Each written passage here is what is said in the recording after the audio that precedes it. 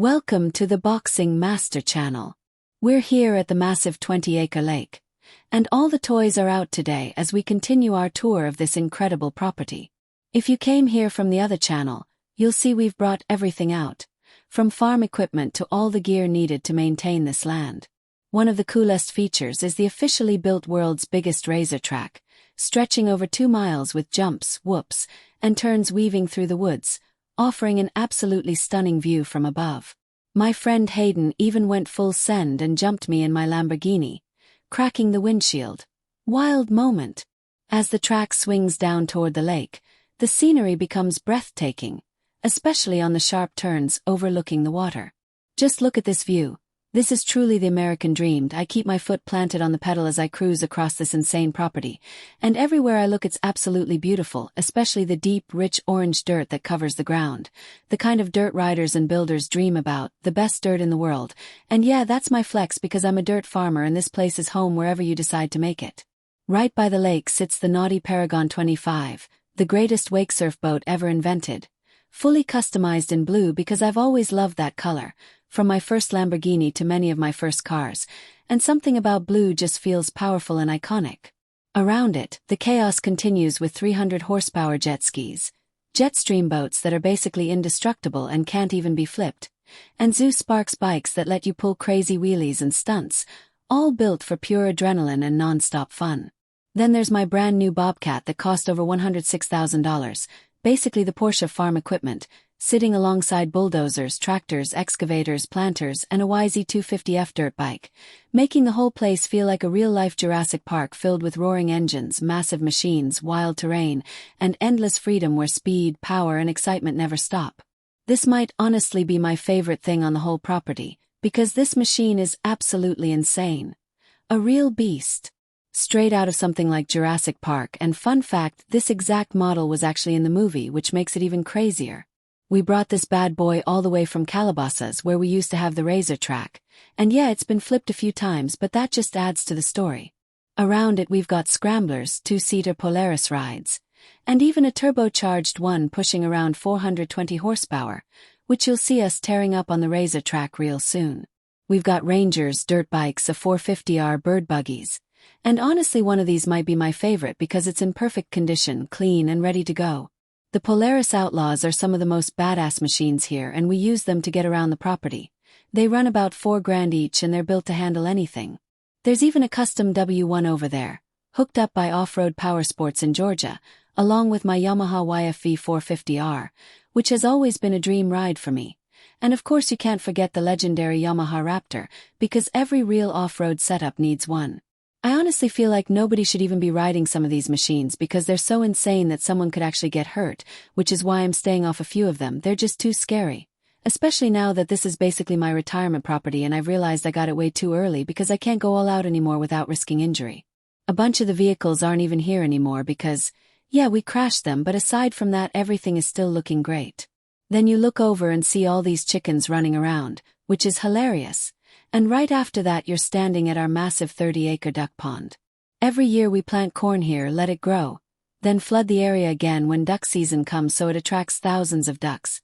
And you can already see the water level slowly rising as the season gets closer. When it's fully filled, the ducks will be everywhere, eating the corn right off the top of the water. And in just a couple of months this place will be packed. It's going to be wild.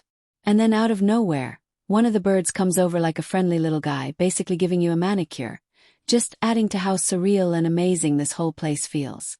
What the hell, bro? Look at this guy just standing there in the sunlight like he owns the place, completely unbothered, even after doing his thing right in front of us, and honestly he's just vibing, so now he's officially part of the crew.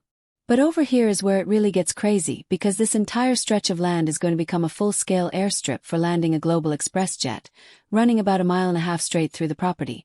And woven around it will be a full Formula 1 style racetrack across this perfectly flat terrain. I didn't want to just own fast cars and be stuck driving them on highways like everyone else. I wanted to build the track first so I can actually drive them the way they're meant to be driven, then grow the car collection with the fastest street cars and real racing machines.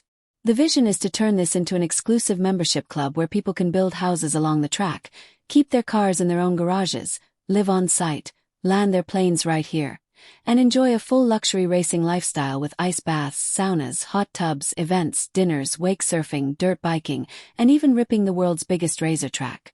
And while all this is happening, our guy Richard is just hanging out like he belongs here, so shout out to Richard for being part of the squad. And on top of everything else, we even have our own water supply, which is super essential, making this place even more self-contained and legendary. You know what that means.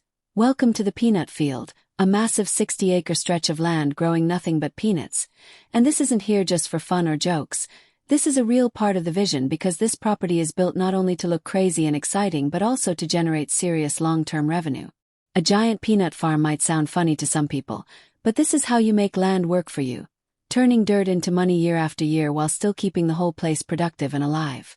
Right now, if you reach down and try to pull one up, you won't see much because peanuts grow underground, hidden beneath the soil where all the magic happens, but when the time is right they rise up, and that's when the real harvest begins.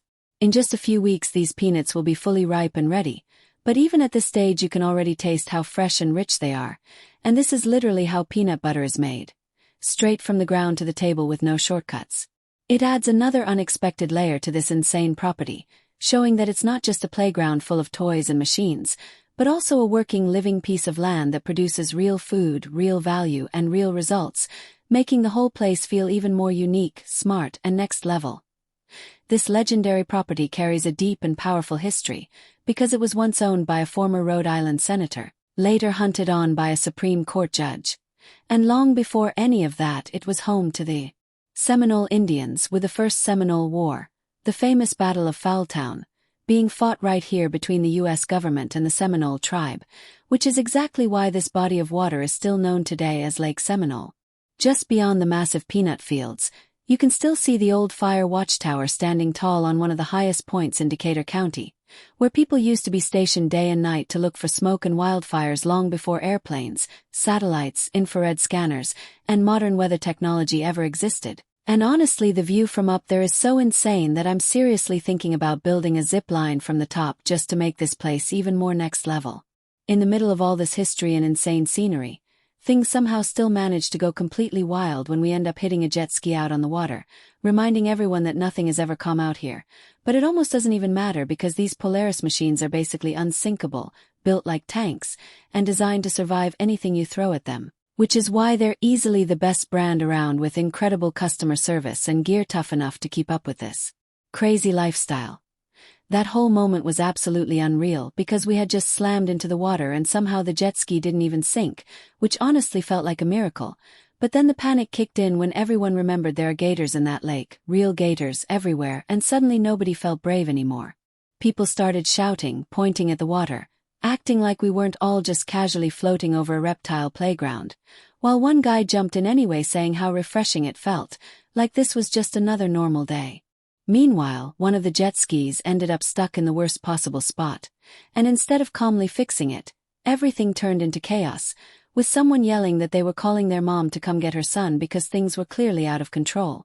Phones were ringing, people were screaming for answers, and nobody even knew what they were supposed to be thinking in a moment like this. It was just pure confusion mixed with adrenaline.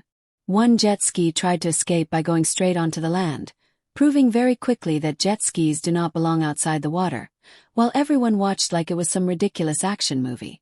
In the end, after all the shouting, laughing, panic, and madness, we were just left standing there by the lake, looking out at the water and up at the stars, realizing that this crazy, messy, hilarious moment was exactly what made this place and these adventures unforgettable.